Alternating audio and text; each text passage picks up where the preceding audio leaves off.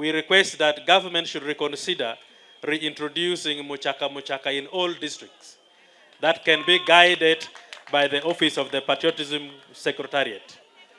We have leaders that have been elected from the structures, and we pray these leaders should be helped to understand what it means to be a leader.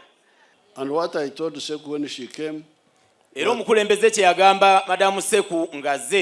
was that she should have contacts of all those people. Yamulagira abenga afuna contacts oba ebikwata ku bantu abo bonna. Esimu zaabwe n'ebyalo gye babeera.